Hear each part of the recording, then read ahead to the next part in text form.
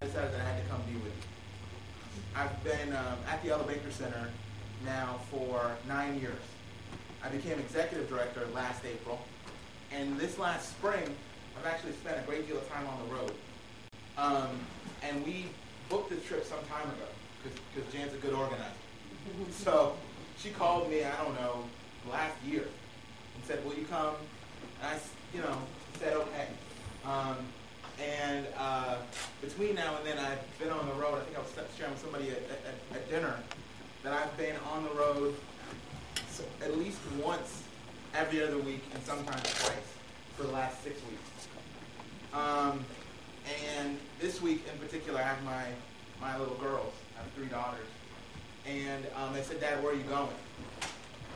And I said, I'm going to talk with people who understand intimately and deeply that we can't forget about the 2 million people in the United States locked behind the walls. That we know that those folks are still our folks, and they want to bring them home. And that anywhere that people are gathered having that conversation, I feel like it's part of my duty to show up and to witness it at least. So I'm just honored to be here witnessing what you all are up to. I was reading the reports that you all submitted, and it's just, I don't know if you've done a complete tally. I know you did the little individual ones. They're not little. Some of them were quite big. But the individual regions and states. But if you add that up, how many lives you're touching?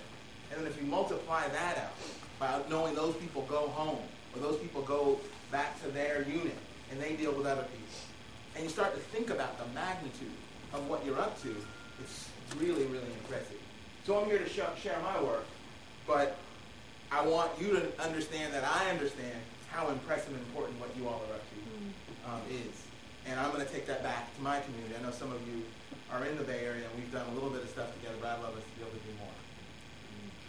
So, a little bit about me, and then we'll move into the work of the Ella Baker Center. Well, actually, let me stop there. Jan told me I had about an hour and a half. I just want to be clear with you and me, I'm not going to talk to you for an hour and a half. I've met some of you, and even before that, I love you more than that already. And honestly, even if that wasn't the case, I love myself a little bit more than to stand up here and talk at you for an hour and a half. But we have some time to spend together. So I may ramble a little, but I'll try to stay focused. So a little about me. Born and raised in Oakland. It's a working class city.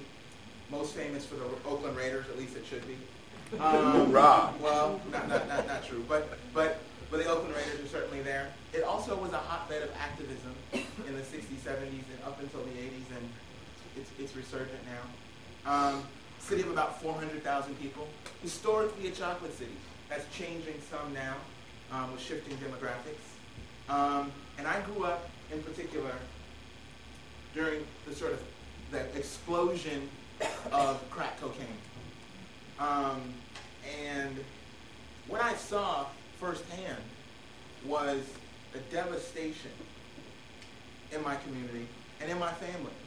In my family, I had people who were crack addicts, and I had people in my family who were some of the most famous crack dealers in the city of Oakland. At the same time. You were excited by that. We're ready to check in. We're going to come back and let me see your name tag. We're going to check in offline. Talk to her. I'm not garnering votes, though. Maybe she was happy to identify the truth. We'll leave it. We'll suggest that's what it was. So, what I saw was this incredible devastation of people's families, of my family. There have been drugs before, and there have been drugs after. But there was something about crack that made people leave their children at home alone and wander the streets at all hours of the day or night. There have been drug dealers before, and there has been a lot of money before, but never like this. When I saw a 16-year-old in the early to mid-'80s with one of those cell phones that looked like a big purse with a corded string, driving a brand new BMW, that was different. A 15-year-old with a brand new S500 was pretty phenomenal for my community. And the violence that accompanied that actually created real problems in my community. I'm sad to say, though, that the response of our elected officials, the response of law enforcement, the response ultimately of the voting public actually created more pain and suffering and devastation than either of those things by themselves. The sort of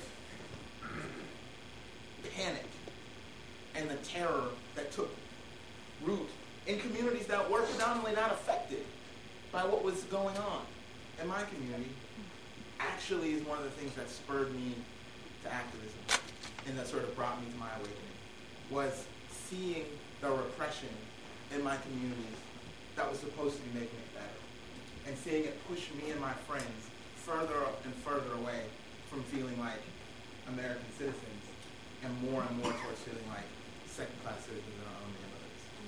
So when I found the Ella Baker Center later in life, and that the Ella Baker Center was standing up for folks who were being left out and forgotten about, I felt at home.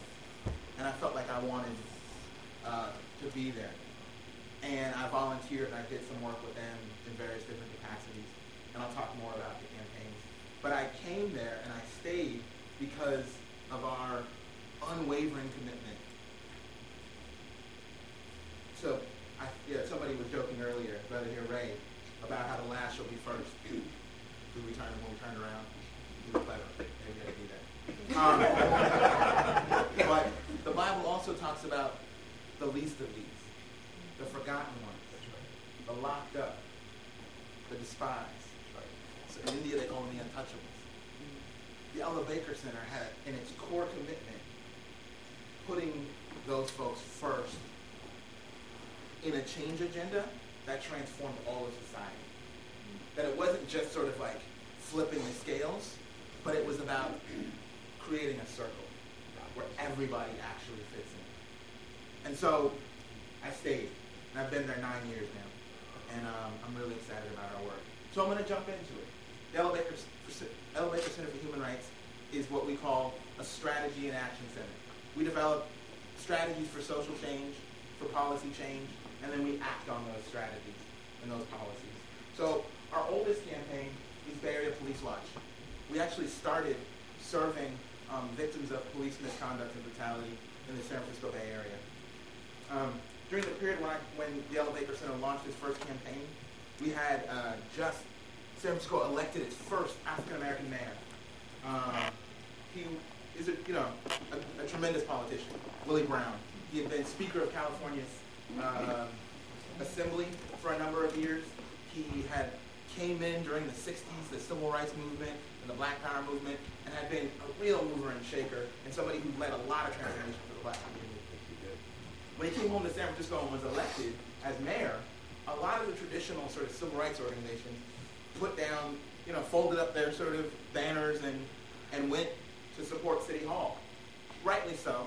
But one of the other things that came right behind that was a rash of police shootings and beatings like the city hadn't seen in quite some time. And this was taking root actually all around the Bay Area. This was the early 90s. And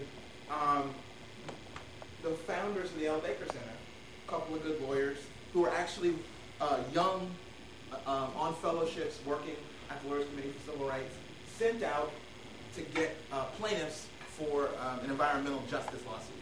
And so they went around the neighborhoods, knocking on doors, trying to get people to sign up and be a plaintiff about a refinery or some other thing in the community. And people said, yeah, okay, we'll talk about that. But really, we got to talk about what the police are doing in our community. And so Van Jones, our founder, would go back every evening to his boss and they say, how many people do you get signed up? Well, I got 2 or 3. But what people are really excited about is doing something about the way the police are arriving through the neighborhoods, the way the police are treating their young people, the way that, they want to talk about the police shooting that just happened the other night. And, the people who were running the Lawyers Committee had a grant to do an environmental justice lawsuit. They didn't have a grant to do police brutality work. And so Van, being a clever young man, he said, well, how about this?